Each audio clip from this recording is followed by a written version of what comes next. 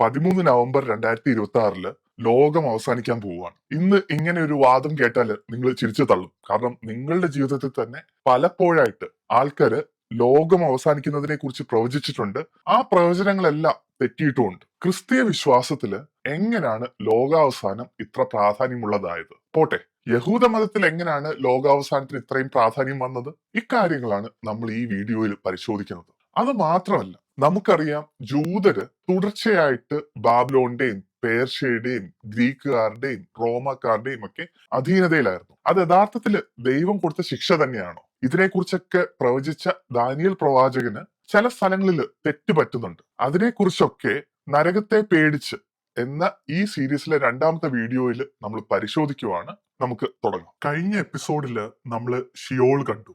Sheol എന്നത് നിശബ്ദതയുടെ, നിശ്ചലതയുടെ, ഇരുട്ടിന്റെ, മറവിയുടെ ഒരു പാതാള ലോകമായിരുന്നു. അവിടെ രാജാവും പ്രഭുവും പ്രജയും ഒന്നുമില്ല. അടിമയും ഉടമയുമില്ല, ദുഷ്ടനും ശിഷ്ടനുമില്ല, നീചനും നീതിമാനുമില്ല, വിശ്വാസിയും അവിശ്വാസിയുമില്ല. എല്ലാവരും അവിടെ നിഴലുകളായിട്ട് അവശേഷിച്ചു. മരണം അവരെ അനന്തകാലത്തേക്ക് ഭൂമിയുടെ താഴെയുള്ള ഈ പ്രതലത്തില് ഉപേക്ഷിച്ചു. എന്നാല് ക്രിസ്ത്യാനികളായ നമുക്ക് പരിചയമുള്ള ഒരു നരകമേ അല്ല ഈ ഷിയോള്. ഷിയോളിനും യേശു പഠിപ്പിച്ച ഗഹനയ്ക്കും ഇടയിൽ വളരെ അന്തരമുണ്ട്. ഷിയോളിൽ നിന്ന് ഗഹനയിലേക്ക് എങ്ങനെ മരണാനന്തര വിശ്വാസം പരിണമിച്ചു? അതിന് കാരണമായത് എന്താണ്? അതാണ് നമ്മൾ ഈ എപ്പിസോഡിൽ പരിശോധിക്കാൻ പോകുന്നത്. അതിനുള്ള ഉത്തരം ആദ്യം തന്നെ പറഞ്ഞേക്കാം. ഈ മാറ്റത്തിന് കാരണം BCE 5-ാം നൂറ്റാണ്ടിന് ശേഷം ഉരുത്തിരിഞ്ഞു വന്ന ഒരു രാഷ്ട്രീയ വിശ്വാസ സാമൂഹിക പ്രസ്ഥാനമാണ് അപ്പോക്കലിപ്റ്റിക് മൂവ്മെന്റ്. ഇന്ന് നമ്മൾ അപ്പോക്കലിപ്സ് എന്ന വാക്ക് കേൾക്കുമ്പോൾ ഓർമ്മ വരിക ലോകാവസാനം എന്നാണ്. മനസ്സിൽ തെളിയുന്ന ചിത്രങ്ങള് തീമഴയുടെയും യുദ്ധങ്ങളുടെയും ക്ഷാമങ്ങളുടെയും കെടുതികളുടെയും ഒക്കെയാണ്. പക്ഷെ ഈ രീതിയിലൊക്കെ അപ്പോക്കലിപ്സിന്റെ അർത്ഥം വക്രീകരിക്കുന്നതിന് മുമ്പ് അപ്പോക്കലിപ്സിസ് എന്ന ഗ്രീക്ക് വാക്കിന് വേറൊരു അർത്ഥമുണ്ടായിരുന്നു. അനാവരണം, വെളിപാട് എന്നൊക്കെ. എന്താണ് അനാവരണം ചെയ്യപ്പെടാനിരുന്നത്? എന്താണ് വെളിപ്പെടാനിരിക്കുന്നത്?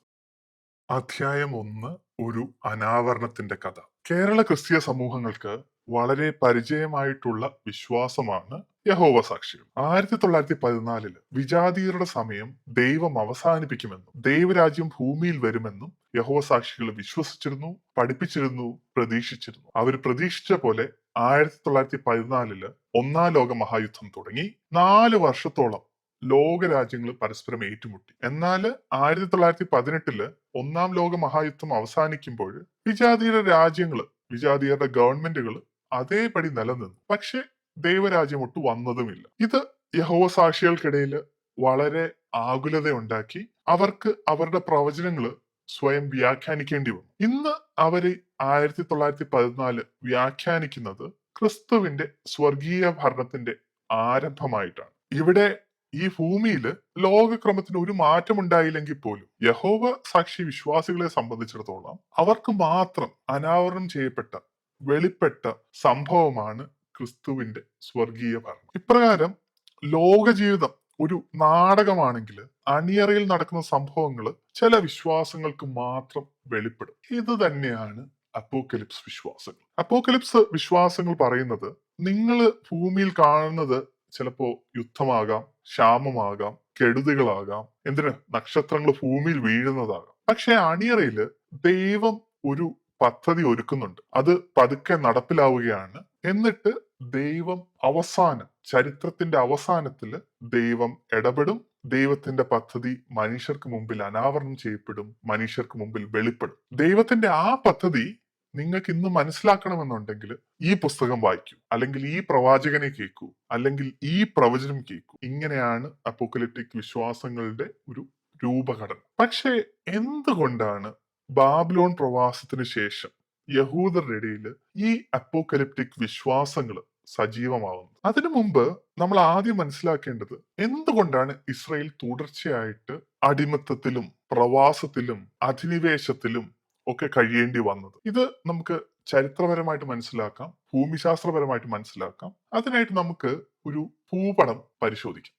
അധ്യായം 2, ചതയ്ക്കപ്പെട്ട ഉറുമ്പുകൾ. ഇപ്പോ ഭൂപടത്തില് നിങ്ങൾ കാണുന്നതാണ് ഫെർട്ടൈൽ ക്രസന്റ് എന്ന് വിളിക്കുന്ന ഭൂപ്രദേശം. ബൈബിളിൽ പറഞ്ഞിരിക്കുന്ന പോലെ തേനും പാലും ഒഴുകുന്ന പ്രദേശം. ഇത് ഈജിപ്റ്റ് മുതൽ മെസപ്പൊട്ടാമിയ വരെ നീണ്ടു കിടക്കുന്ന ഈ ഭൂപ്രദേശമാണ്. അവിടെയാണ് അസീറിയയും ബാബിലോണും ഒക്കെ ഉദയം ചെയ്തത്. എന്നാൽ ഈ ഫെർട്ടൈൽ ക്രസന്റിന് തെക്കുവശം അത് മരുപ്രദേശമായിരുന്നു. അതുകൊണ്ട് തന്നെ ഈ ഫെർട്ടൈൽ ക്രസന്റിലൂടെ വ്യാപാരികളും യാത്രക്കാരുമൊക്കെ ഫലഭൂഷ്ടമായിട്ടുള്ള ലവാൻ പ്രദേശത്തൂടെയാണ് യാത്ര ചെയ്തിരുന്നത്. അങ്ങനെ ഈ തന്ത്രപ്രധാനമായ ഈ പ്രദേശത്താണ് ഇസ്രായേലും യൂദായും ഒക്കെ നിലനിന്നിരുന്നത്. വ്യാപാരികളും യാത്രക്കാരും ഒക്കെ ഈ പ്രദേശത്ത് സമൃദ്ധി കൊണ്ടുവന്നെങ്കിലും ഇതേ റോഡുകൾ തന്നെയാണ് അധിനിവേശ സൈന്യങ്ങളെയും കൊണ്ടുവന്നത്. ഈ ഇസ്രായേലും യൂദായും ചെറിയ രാജ്യങ്ങളായിരുന്നു. അതിന് ചുറ്റുമുള്ള സാമ്രാജ്യങ്ങൾ ഈജിപ്തും മെസപ്പൊട്ടാമിയയും ഒക്കെ ശക്തിയില്ലാതിരുന്ന കാലഘട്ടത്തിൽ ഈ ചെറു രാജ്യങ്ങൾക്ക് സ്വാതന്ത്ര്യം ഉണ്ടായിരുന്നു. എന്നാൽ ഈജിപ്തിനും മെസപ്പൊട്ടാമിയയ്ക്കും ഒക്കെ ശക്തി ആർജിച്ചപ്പോൾ അസീറിയ വടക്കൻ ഇസ്രായേലിനെയും ബാബിലോൺ ജെറുസലേമിനെയും നശിപ്പിച്ചു. തുടർന്ന് പേർഷ്യക്കാര് ബാബിലോണിനെ കീഴടക്കിയപ്പോൾ ചില യഹൂദർക്ക് തിരിച്ചു വരാൻ അനുവാദം ലഭിച്ചു. അവർ തിരിച്ചു വന്ന് ദേവാലയം പുനർനിർമ്മിച്ചു. പക്ഷേ അവരപ്പോഴും പേർഷ്യൻ ഭരണത്തിന് കീഴിലായിരുന്നു. തുടർന്ന് അലക്സാണ്ടർ ദ ഗ്രേറ്റിന്റെ നേതൃത്വത്തിൽ ഗ്രീക്ക് ഭരണം പിടിച്ചു. അത് കഴിഞ്ഞിട്ട് റോം ഇസ്രായേലിൽ ഭരണം നടത്തി. അങ്ങനെ ആ 500 കൊല്ലങ്ങളില് ഭരിച്ചിരുന്ന സാമ്രാജ്യങ്ങളുടെ പേര് മാറി. പക്ഷെ യൂദാ പ്രദേശം അധിനിവേശത്തിൽ തന്നെയാണ് കഴിഞ്ഞത്. ചരിത്രപരമായിട്ട് ഭൂമിശാസ്ത്രപരമായിട്ട് ഇത് മനസ്സിലാക്കാൻ എളുപ്പമാണ്. ഇസ്രായേലും യൂദായും വൻ ശക്തികളായിട്ടുള്ള മെസപ്പൊട്ടാമിയയ്ക്കും ഈജിപ്തിനും ഇടയിൽ, അല്ലെങ്കിൽ ഈജിപ്തിനും റോമിനും ഇടയിൽ പെട്ടുപോയ ഉറുമ്പുകളാണ്. ഈ ഭീമന്മാര് ഈ ഉറുമ്പുകളെ ചവിട്ടി അരച്ചു. എന്നാല് ഈ ഇസ്രായേലിൽ താമസിച്ചിരുന്ന യഹൂദര് അവര് സ്വയം കണ്ടത് ദൈവത്തിന്റെ സ്വന്തം ജനമായിട്ടാണ്, ദൈവം തെരഞ്ഞെടുത്ത ജനമായിട്ടാണ്. അവര് സ്വയം ആലോചിച്ചു, എന്തുകൊണ്ട് തങ്ങളെ തെരഞ്ഞെടുത്ത ദൈവം വിജാതീയർക്ക് തങ്ങളെ ഏൽപ്പിച്ചു കൊടുത്തു? അതിനുള്ള ഉത്തരവുമായിട്ട് ബൈബിൾ എഴുത്തുകാർ വന്നു, ബൈബിൾ പ്രവാചകന്മാർ വന്നു. ആ ഉത്തരങ്ങള് മതിയാകാതെ വന്നപ്പോഴാണ് അപ്പോകലിപ്റ്റിക് മൂവ്മെന്റുകൾ തുടങ്ങുന്നത്. നമുക്ക് ആദ്യം ആ ഉത്തരങ്ങൾ എന്തായിരുന്നു എന്ന് പരിശോധിക്കാം. അധ്യായം 3, ശിക്ഷിക്കുന്ന ദൈവം. യഹോവയെ മാത്രം ദൈവമായിട്ട് ആരാധിച്ചാൽ അതിന് പകരമായിട്ട് ദീർഘായുസും ധാരാളം മക്കളും ഫലസമൃദ്ധിയും ഒക്കെ തരുമെന്നായിരുന്നു യഹോവ അബ്രഹാമുമായി ചെയ്ത ഉടമ്പടി. ഈ കനാൻ ദേശം അബ്രഹാത്തിനും സന്തതികൾക്കുമായിട്ട് നൽകും. പക്ഷേ ഈ കാലഘട്ടത്തില് യഹൂദൻ അനുഭവിച്ചത് അധിനിവേശമാണ്, അടിമത്തമാണ്, പ്രവാസമാണ്. ദൈവം തെരഞ്ഞെടുത്ത ജനത്തിന്, ദൈവത്തിന്റെ സ്വന്തം ജനത്തിന് എന്തുകൊണ്ട് ഈ അനുഭവങ്ങൾ ഉണ്ടായി? ഇതിനുള്ള ഉത്തരമായിട്ടാണ് പ്രവാചകന്മാരും ബൈബിൾ എഴുത്തുകാരും വന്നത്. അവര് പറഞ്ഞു, യഹോവയല്ല യഹൂദരാണ് വാഗ്ദാനം ലംഘിച്ചത്. ഈ ഫെർട്ടൈൽ ക്രസന്റിലെ പല കൊടുക്കൽ വാങ്ങലുകളില് രാജാവും ജനവും അന്യദേവന്മാരെ ആരാധിച്ചു, അവർക്ക് കാഴ്ചകൾ അർപ്പിച്ചു. അതിനുള്ള ശിക്ഷയായിട്ടാണ് യഹോവ ഈ മഹാമാരികൾ നിങ്ങളുടെ മുകളിൽ വരുത്തിയത്. യഹോവയ്ക്ക് ബാബിലോണിലെ ദൈവങ്ങളെക്കാൾ ശക്തി കുറവായത് കൊണ്ടല്ല, മറിച്ച് യഹൂദരെ ശിക്ഷിക്കാനാണ് യഹോവ അസീറിയയും ബാബിലോണിനെയും ഒക്കെ കൊണ്ടുവന്നു. അതുകൊണ്ട് നിങ്ങൾ അനുതപിച്ച് യഹോവയിലേക്ക് തിരിച്ചു വന്നാൽ യഹോവ നിങ്ങളുടെ രാജ്യത്വം നിലനിർത്തും, നിങ്ങളെ സ്വതന്ത്രരാക്കും, ഇസ്രായേലിനെ പുനരുദ്ധരിക്കും, ഇസ്രായേൽ രാജ്യം വീണ്ടും ഉയരും. ഇന്ന് നമ്മൾ ഇത് കേൾക്കുമ്പോൾ നമ്മൾ ഇത് തലയാട്ടി സമ്മതിക്കും. പക്ഷേ അന്ന് ഈ അടിമത്തത്തില്, ഈ അധിനിവേശത്തിനടിയിൽ ജീവിച്ചിരുന്ന യഹൂദരെ കുറിച്ചൊന്ന് ആലോചിച്ചു നോക്കും. ഒരു രാജ്യം പീഡിപ്പിക്കപ്പെടുമ്പോൾ അവിടുത്തെ ദുഷ്ടര് മാത്രമല്ല, അവിടുത്തെ നീതിമാന്മാരും പീഡിപ്പിക്കപ്പെടും.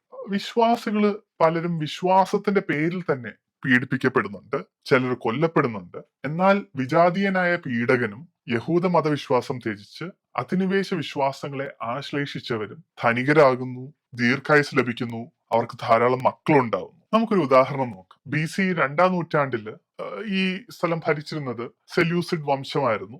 അതിലെ ഒരു രാജാവായിരുന്നു അന്ത്യോക്കസ്. അദ്ദേഹം ജെറുസലേം ദേവാലയം അശുദ്ധമാക്കുകയും യഹൂദ മതാചാരങ്ങൾ നിരോധിക്കുകയും ചെയ്തു. ഈ കാലഘട്ടത്തില് നിങ്ങൾ യഹൂദ മതാചാരങ്ങൾ അനുഷ്ഠിച്ചാൽ നിങ്ങൾ പീഡിപ്പിക്കപ്പെടും, നിങ്ങൾ കൊല്ലപ്പെടും. ഈ അന്ത്യോക്കസ് രാജാവാണ് കഴിഞ്ഞ എപ്പിസോഡിൽ പറഞ്ഞ ആ അമ്മയും 7 മക്കളെയും കൊന്നത്. ഈ അന്ത്യോക്കസ് രാജാവ് അവരോട് പന്നിമാംസം ഭക്ഷിക്കാൻ ആവശ്യപ്പെടുന്നു. എന്നാൽ തങ്ങളുടെ പിതാക്കന്മാരുടെ ആചാരങ്ങൾ നിലനിർത്താൻ വേണ്ടി ഈ 7 മക്കളും പന്നിമാംസം ഭക്ഷിക്കുന്നില്ല. അവർ ഓരോരുത്തരെയായിട്ട് കൈകാലുകൾ ഛേദിച്ച് നാക്ക് ഛേദിച്ച് വറചട്ടിയിലിട്ട് പൊരിക്കുന്നു. നമ്മൾ അബ്രാമുമായിട്ടുള്ള ഉടമ്പടി ഒന്ന് ഓർത്തു നോക്കി. അവര് യഹോവയുടെ നിയമം പാലിച്ചു, അവർ യഹോവയുടെ പ്രമാണങ്ങൾ അനുസരിച്ചു. അതിന് പ്രതിഫലമായിട്ട് അവർക്ക് ലഭിച്ചത് ദീർഘായുസല്ല. അവർക്ക് വേറെ മക്കളുണ്ടായില്ല, അവർക്ക് സമ്പൽ സമൃദ്ധി ഉണ്ടായി. പക്ഷേ നീചനായ വിജാതീയനായ ഈ രാജാവിന് ഇവയെല്ലാം ഉണ്ടായി. ഇനി പഴയ ജൂത വിശ്വാസമായ ഷിയോൾ പ്രകാരമാണെങ്കിൽ യഹോവയുടെ വിശ്വാസം അനുസരിച്ച ഈ 7 മക്കൾക്കും നീചനായ രാജാവിനും ഒരേ വിധിയാണുള്ളത്. അങ്ങനെയാണെങ്കിൽ ചരിത്രത്തിൽ എന്ത് നീതിയാണുള്ളത്? അതുകൊണ്ട് തന്നെ ഈ അധിനിവേശത്തിൽ കഴിയുന്ന സാധാരണക്കാരനായ ഒരു യഹൂദന് ഏറ്റവും പ്രധാനപ്പെട്ട ചോദ്യം എന്തുകൊണ്ട് രാജ്യം കീഴടക്കപ്പെട്ടു എന്നതിനെക്കാട്ടിലും ദൈവം എങ്ങനെ അവന്റെ പ്രമാണത്തിനും വിശ്വാസത്തിനും വേണ്ടി മരിച്ചവർക്ക് നീതി നടത്തും എന്നതായി. യഹോവ സാക്ഷികളുടെ കഥ പറഞ്ഞ പോലെ ദൈവം അണിയറയിൽ കരുക്കൾ നീക്കുവാണ്. ദൈവം ചരിത്രത്തിൽ ഇടപെടാൻ പോവുകയാണ്. ഈ വാദങ്ങളുമായിട്ട് ഈ പ്രത്യാശയുമായിട്ട് ഒരു മൂവ്മെന്റ് ഇവിടെ തുടങ്ങുവാണ്. അത് രാഷ്ട്രീയപരമാണ്, വിശ്വാസപരമാണ്, സാമൂഹികപരമാണ്. അതാണ് അപ്പോക്കലിപ്റ്റിക് മൂവ്മെന്റ്. അതിന്റെ പ്രവാചകന്മാരുണ്ട്, പ്രഘോഷകരുണ്ട്, പുസ്തകങ്ങളുണ്ട്. അപ്രകാരമുള്ള ഒരു പുസ്തകമാണ് ദാനിയേലിന്റെ പുസ്തകം. നമുക്ക് ദാനിയേലിന്റെ പുസ്തകം ഒന്ന് പെട്ടെന്ന് പരിശോധിക്കാം. അധ്യായം 4, ദാനിയേൽ ഭാവി ഭൂതം പ്രവചിക്കുമ്പോൾ. ഈ ചോദ്യങ്ങൾക്കുള്ള അപ്പോക്കലിപ്റ്റിക് ഉത്തരങ്ങളുമായിട്ട് വന്നിട്ടുള്ള പുസ്തകങ്ങളിൽ ഒന്നാണ് ദാനിയേൽ പ്രവാചകന്റെ പുസ്തകം. BC 6-ാം നൂറ്റാണ്ടിൽ ജീവിച്ചിരുന്ന ജ്ഞാനിയായ ഒരു ജൂതനായിരുന്നു ദാനിയേൽ. വിദേശ രാജാക്കന്മാരെ സേവിച്ച ദാനിയേലിന് അവരുടെ സ്വപ്നങ്ങൾ വ്യാഖ്യാനിക്കുകയും സ്വർഗത്തെക്കുറിച്ച് ദർശനങ്ങൾ ഉണ്ടാവുകയും ഒക്കെ ചെയ്തു. ഈ ദർശനങ്ങളൊക്കെ ദാനിയേല് ഒരു പുസ്തകത്തിൽ പകർത്തി വെച്ചു. ഈ ദർശനങ്ങൾ കണ്ടതൊക്കെ അച്ചട്ടായിട്ട് ഭവിച്ചു. ദാനിയേൽ സ്വപ്നം കണ്ടതുപോലെ യൂദ കീഴടക്കപ്പെടുന്നു. യൂദയെ 4 രാജ്യങ്ങൾ പീഡിപ്പിക്കുന്നു. ബാബിലോണ്, മെദിയ, പേർഷ്യ, ഗ്രീക്ക്. തുടർന്ന് അന്ത്യോക്കസ് രാജാവിന്റെ ഭരണകാലത്തെ ദേവാലയം അശുദ്ധമാക്കിയതും യഹൂദരെ പീഡിപ്പിച്ചതും ഒക്കെ ദാനിയേൽ അച്ചട്ടായിട്ട് പ്രവചിക്കുന്നു. പക്ഷെ ചരിത്രകാരന്മാര് പറയുന്നത് 6-ാം നൂറ്റാണ്ടിലെ ദാനിയേൽ എന്ന് പറയുന്ന വ്യക്തി ഇങ്ങനൊരു പുസ്തകം എഴുതിയിട്ടില്ല. പകരം 2-ാം നൂറ്റാണ്ടില് അന്ത്യോക്കസിന്റെ ഭരണകാലത്ത് ജൂതന്മാർ പീഡകൾ അനുഭവിച്ചപ്പോൾ ദാനിയേലിന്റെ പേരില് ആരോ എഴുതിയതാണ് ഈ പുസ്തകം. 400 വർഷങ്ങൾക്ക് മുമ്പ് ജീവിച്ചിരുന്ന ദാനിയേലിന്റെ പേരിൽ അജ്ഞാതനായ വ്യക്തി ഈ പുസ്തകം എന്തിനാണ് എഴുതിയത്? ഇങ്ങനെ പുസ്തകങ്ങൾ എഴുതുക എന്നുള്ളത് അക്കാലത്ത് പതിവായിരുന്നു. ഇങ്ങനെ എഴുതപ്പെട്ട പുസ്തകങ്ങളെ സ്യൂഡോ എപ്പിഗ്രാഫിയ എന്നാണ് വിളിക്കുന്നത്. ഉദാഹരണത്തിന് വളരെ പ്രശസ്തനായ ഒരു വ്യക്തിയുടെ പേരിൽ അയാളുടെ വായിലേക്ക് ഈ അജ്ഞാതനായ വ്യക്തിയുടെ ചിന്തകൾ തിരികെ വെക്കും. അപ്പോ ഇത് വായിക്കുന്നവർ വിചാരിക്കും ഈ മഹാനായ വ്യക്തിയാണ് ഇതിനെക്കുറിച്ച് സംസാരിച്ചത്. ഇത്തരം വെളിപാടുകള് ഹാനോക്കിന്റെ പേരിലുണ്ട്, അബ്രാത്തിന്റെ പേരിലുണ്ട്, എസ്രായുടെ പേരിലുണ്ട്. എന്തിന്? ആദത്തിന്റെ പേരിൽ വരെയുണ്ട്. BC 2-ാം നൂറ്റാണ്ടിലാണ് ഈ എഴുത്തുകാരൻ ദാനിയേലിന്റെ പുസ്തകം രചിക്കുന്നത്. ഈ എഴുത്തുകാരനെ സംബന്ധിച്ചിടത്തോളം യൂദ അധിനിവേശത്തിന്റെ ചരിത്രം ഈ എഴുത്തുകാരന് അറിയാം. അവിടെ നടക്കുന്ന യുദ്ധങ്ങളെ കുറിച്ചും മിലിറ്ററി അലയൻസുകളെ കുറിച്ചും ഒക്കെ ഈ എഴുത്തുകാരന് ഒരു ധാരണയുണ്ട്. അന്ത്യോക്കസ് രാജാവിന്റെ കാലത്ത് നടന്ന ദേവാലയം അശുദ്ധമാക്കിയ സംഭവവും യഹൂദ മതം നിരോധിച്ചതും ഒക്കെ ഈ എഴുത്തുകാരന് സുപരിചിതമാണ്. ഈ എഴുത്തുകാരൻ 400 വർഷം മുമ്പ്, ഏകദേശം 4 നൂറ്റാണ്ട് മുമ്പ് ദൈവം ഇതെല്ലാം ദാനിയേലിന് ദർശനത്തിലൂടെ കൊടുത്തു എന്ന് പറയുമ്പോൾ, എഴുതുമ്പോൾ ഇത് വായിക്കുന്ന ഏതൊരു വ്യക്തിയും ചിന്തിക്കും ദാനിയേല് 400 വർഷം മുമ്പ് നടന്ന കാര്യങ്ങളെല്ലാം അച്ചട്ടായിട്ട് പ്രവചിച്ചു. ഇപ്പോ നമ്മൾ ജീവിക്കുന്ന കാലഘട്ടം പോലും ദാനിയേൽ പ്രവാചകൻ വളരെ വ്യക്തമായിട്ട്, വളരെ കൃത്യതയോടെ പ്രവചിച്ചിരിക്കുന്നു. അപ്പോ ഈ പുസ്തകത്തിൽ പറഞ്ഞിരിക്കുന്ന ബാക്കി കാര്യങ്ങളും സത്യമാവാനാണ് സാധ്യത. ഇതാണ് BC 2-ാം നൂറ്റാണ്ടില് ഈ ഭാഗം വായിക്കുന്ന ആർക്കും തോന്നുന്നത്. തുടർന്ന് ഈ ദാനിയേലിന്റെ എഴുത്തുകാരൻ ഒരു കാര്യം പ്രവചിക്കുന്നു. അദ്ദേഹം പ്രവചിക്കുന്നു അന്ത്യോക്കസ് രാജാവ് വിശുദ്ധ പർവ്വതത്തിനടുത്ത് വെച്ച് കൊല്ലപ്പെടും. പക്ഷേ ഈ പുസ്തകത്തിലെ ഒരേ ഒരു പ്രവചനം, ഒരേ ഒരു യഥാർത്ഥ പ്രവചനം അത് തെറ്റിപ്പോവുക. കാരണം BC 164 അന്ത്യോക്കസ് രാജാവ് കൊല്ലപ്പെടുന്നത് പേർഷ്യയിൽ വെച്ചിട്ടാണ്, വിശുദ്ധ പർവ്വതത്തിനടുത്ത് വെച്ചേയല്ല. എന്നാലും ഇവിടുത്തെ വെളിപാട് നമുക്ക് ചരിത്രപരമായിട്ട് ഇൻട്രസ്റ്റ് ഉള്ള ഒരു കാര്യമാണ്.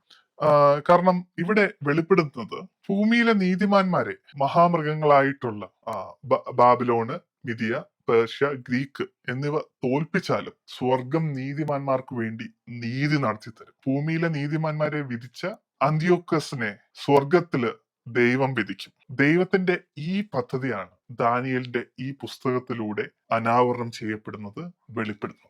അധ്യായം 5, മരണാതീതമായ നീതി. അന്ത്യോക്കസ് മരിച്ചാലും യൂദ സ്വതന്ത്രമായാലും ആ അമ്മയെ പോലെ 7 മക്കളെ പോലെ മരിച്ച അനേകം നീതിമാന്മാരുണ്ടായിരുന്നു. അവർക്ക് എങ്ങനെ നീതി കിട്ടും? അതിനുള്ള ഉത്തരം ദാനിയേൽ തന്നെ തരുന്നുണ്ട്. ദാനിയേൽ പറയുന്നു, നിലത്തിലെ പൊടിയിൽ നിദ്ര കൊള്ളുന്നവരിൽ പലരും ചിലർ നിത്യജീവനായും ചിലർ ലജ്ജയ്ക്കും നിത്യനിന്ദയ്ക്കുമായി ഉണരും. ഇവിടെ ദാനിയേൽ പ്രതിപാദിക്കുന്നത് മരിച്ചവരുടെ ഉയർപ്പിനെ കുറിച്ചാണ്. പക്ഷേ ഇത് ഒരു ക്രിസ്തീയ ഉയർപ്പല്ല, മറിച്ച് നീതി നിർവഹണത്തിനായിട്ടുള്ള ഉയർപ്പാണ്. പീഡിപ്പിക്കപ്പെട്ടവര് നിത്യജീവനായിട്ടും പുതുജീവനായിട്ടും ഉയർപ്പിക്കപ്പെടും. എന്നാൽ പീഡിപ്പിച്ചവര് ദൈവത്തിന്റെ ശിക്ഷയ്ക്കായിട്ടാണ് ഇവിടെ ഉയർക്കുന്നത്. ക്രിസ്തീയ ഉയർപ്പിലാണെങ്കിൽ എല്ലാവരും ഉയർപ്പിക്കപ്പെടും. വിശ്വാസികളെ ദൈവം സ്വർഗത്തിലേക്ക് കൊണ്ടുപോകും, അവിശ്വാസികളെ ദൈവം നരകത്തിലേക്ക് തള്ളിക്കളയും. ഇതിൽ നിന്ന് വ്യത്യസ്തമാണ് ദാനിയേലിന്റെ ഈ ഉയർപ്പ്. ഇനി ഇക്കാലത്ത് ഈ BC 3-ാം നൂറ്റാണ്ടിന് ശേഷം എഴുതപ്പെട്ട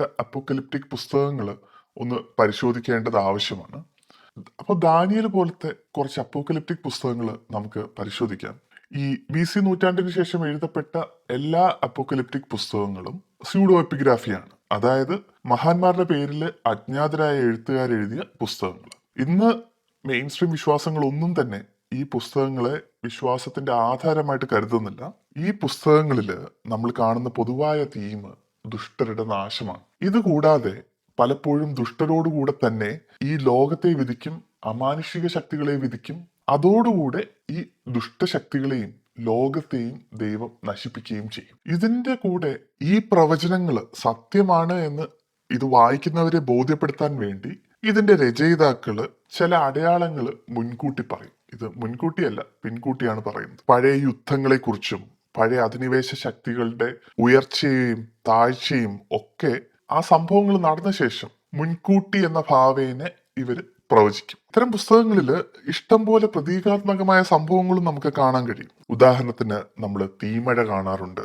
സൂര്യനും ചന്ദ്രനും ഒക്കെ ഇരുട്ടാകുന്നതും അല്ലെങ്കിൽ രക്തമാകുന്നതും കടല് രക്തമാകുന്നതും ആകാശത്തു നിന്ന് ഭൂമിയിലേക്ക് വീഴുന്ന ഉൽക്കകളും നക്ഷത്രങ്ങളും ഒക്കെ നമുക്ക് ഈ പുസ്തകങ്ങളിൽ കാണാം. ഈ സിംബോളിസം, ഈ പ്രതീകാത്മകത എല്ലാം സൂചിപ്പിക്കുന്നത് ദൈവം ചരിത്രത്തിൽ ഇടപെടാൻ പോവുകയാണ്. ചരിത്രം ഇസ്രയേലിനായിട്ട് വഴിമാറുമ്പോൾ പീഡിപ്പിക്കപ്പെട്ടവര് അന്തിമ വിജയികളാകുന്നു, എന്നാൽ പീഡിപ്പിച്ചവര് നിത്യമായി ശിക്ഷിക്കപ്പെടാൻ പോകുന്നു.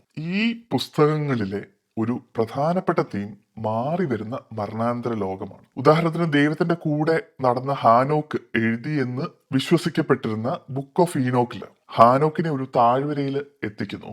ഹാനോക്കിനെ അവിടെ കൊണ്ടുചെല്ലുന്ന മാലാഖ ആ താഴ്വരയെ വിവരിച്ചു കൊടുക്കുകയാണ്. ഈ താഴ്വരയിലാണ് അന്തിമ വിധിക്ക് മുമ്പായിട്ട് ആത്മാക്കൾ ശേഖരിക്കപ്പെടുന്നത്. അവിടെ ദുഷ്ടന്മാർക്ക് പ്രത്യേകമായിട്ടുള്ള ഒരു അറയുണ്ട്.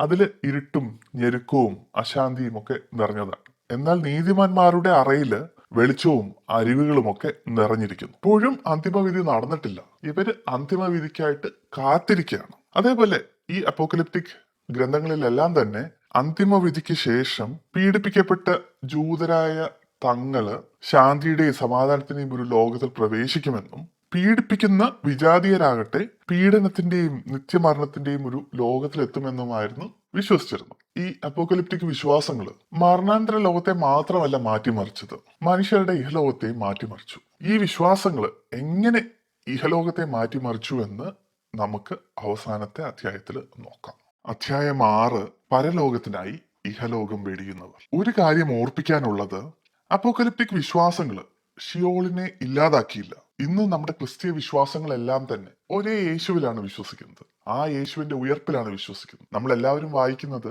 ഒരേ പുതിയ നിയമമാണ്. പക്ഷേ ഇപ്രകാരം തന്നെ ബൈബിൾ വായിക്കുമ്പോഴും യേശുവിൽ വിശ്വസിക്കുമ്പോഴും നമുക്കിടയിൽ തന്നെ പല പല വിശ്വാസങ്ങളുണ്ട്. ഉദാഹരണത്തിന് ക്രിസ്തീയ വിശ്വാസങ്ങൾ തന്നെ പല സഭകളായിട്ട് പിരിഞ്ഞിരിക്കുന്നു. അതിൽ ഏതെങ്കിലും ഒരു സഭ, ഉദാഹരണത്തിന് പെന്തക്കോസ്ത സഭ എടുത്താൽ തന്നെ അനേകം പെന്തക്കോസ്ത വിശ്വാസങ്ങൾ അവർക്കിടയിൽ നിൽക്കുന്നുണ്ട്. അല്ലെങ്കിൽ കത്തോലിക്ക സഭ എടുത്തു കഴിഞ്ഞാൽ അനേകം കത്തോലിക്ക വിശ്വാസങ്ങൾ അവർക്കിടയിൽ നിലനിൽക്കുന്നുണ്ട്. അങ്ങനെ ഒരേ ദൈവത്തെ ആരാധിക്കുമ്പോഴും ഒരേ പുസ്തകം വായിക്കുമ്പോഴും അവർക്കിടയിൽ അനേകം വിശ്വാസങ്ങളുണ്ട്. ഇത് തന്നെയാണ് ചരിത്രപരമായിട്ട് യഹൂദ മതത്തിലും സംഭവിച്ചിരുന്നത്. അവര് ഒരേ ദൈവത്തെ ആരാധിക്കുന്നു, അവർ ഒരേ തോറ വായിക്കുന്നു, അവർ ഒരേപോലെ സിനഗോഗിൽ പോകുന്നു, അവർ ഒരേപോലെ ശാബത്ത് ആചരിക്കുന്നു, അവർ ഒരേപോലെ തിരുനാളുകൾ ആഘോഷിക്കുന്നു. പക്ഷേ ആ വിശ്വാസങ്ങളെ വ്യാഖ്യാനിക്കുന്നതിൽ, അവ ആചരിക്കുന്നതിൽ അനേകം വ്യത്യസ്തതകൾ ഉണ്ടായിരുന്നു. ഇപ്പോ മരണാനന്തര ജീവിതത്തെ കുറിച്ച് തന്നെ നോക്കുവാണെങ്കിൽ നമുക്ക് ബൈബിളിൽ തന്നെ കാണാൻ കഴിയും. ഫരീസേര് അവര് ഉയർപ്പിൽ വിശ്വസിച്ചിരുന്നു. എന്നാല് സദുക്കായരാകട്ടെ അവരാണെങ്കിൽ ഉയർപ്പിൽ വിശ്വസിച്ചിരുന്നു. ഇപ്രകാരം തന്നെ പല ജൂതന്മാരും ഈ അപ്പോക്കലിപ്സുകൾ വായിക്കുകയും കേൾക്കുകയും ഒക്കെ ചെയ്തെങ്കിലും അവയോടുള്ള പ്രതികരണം വെവ്വേറെയായിരുന്നു. ചിലര് ദൈവത്തിന്റെ ഇടപെടലിനായിട്ട് കാത്തിരുന്നു. അവര് ദൈവത്തിന്റെ അടയാളങ്ങള് ആകാശത്തിൽ പ്രത്യക്ഷപ്പെടുന്നു എന്ന് നോക്കിയാണ് അവര് ജീവിച്ചിരുന്നത്. മറ്റു ചിലരാകട്ടെ സ്വയം വേർതിരിച്ച്, അതായത് പൊതുസമൂഹത്തിൽ നിന്ന് മാറി ഒരു സമൂഹം ഉണ്ടാക്കി ആ സമൂഹത്തിൽ ജീവിച്ചു. അവര് അവരുടെ വിശ്വാസങ്ങളില്, അവരുടെ ആചാരങ്ങളില് ഒക്കെ നിഷ്കർഷത പുലർത്തി. അങ്ങനെ ഇപ്രകാരമുള്ള ഒരു സമൂഹമാണ് എസീനുകൾ. ഈ സമൂഹമാണ് നമുക്ക് ചാവുകടൽ ചുരുളുകൾ തന്നത്. വേറെ ചിലര് വിശുദ്ധ യുദ്ധത്തിലൂടെ അധിനിവേശകരെ ചെറുക്കാൻ തയ്യാറായിരുന്നു. അവരുടെ രക്തസാക്ഷിത്വം ദൈവം പെട്ടെന്ന് ചരിത്രത്തിൽ ഇടപെടാൻ കാരണമാകുമെന്ന് അവര് വിശ്വസിച്ചു. അത് മാത്രമല്ല, ഇപ്രകാരം രക്തസാക്ഷികളായാല് ദൈവത്തിന്റെ പുതുലോകത്തില് അവർക്ക് പുതുജീവൻ കിട്ടും, അവര് നിത്യജീവന് അവകാശികളാവുകയും ചെയ്യുമെന്ന് അവര് വിശ്വസിച്ചു.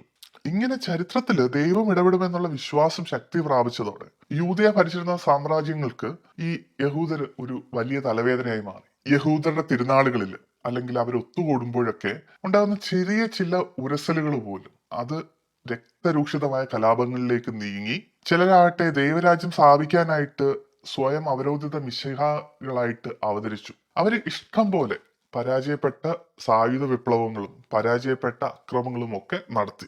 എന്നാല് ഈ അധിനിവേശ ശക്തികളാകട്ടെ ഇതേപോലത്തുള്ള സായുധ വിപ്ലവങ്ങളും അക്രമങ്ങളും ഒക്കെ വളരെ പൈശാചികവും ക്രൂരവുമായിട്ടാണ് നേരിട്ടത്. ഇപ്രകാരം ദൈവം കൊണ്ടുവരുമെന്ന സമാധാനത്തിനായിട്ട് ഇഹലോകത്തെ സ്വൈര്യതയും സമാധാനവും ഇരുപക്ഷവും ചേർന്ന് ഇല്ലാതാക്കി. ഇത്രയും കലുഷിതമായ ഒരു ലോകത്തിലേക്കാണ് സ്നാപക യോഹന്നാനും യേശുവും ഒക്കെ വരുന്നത്.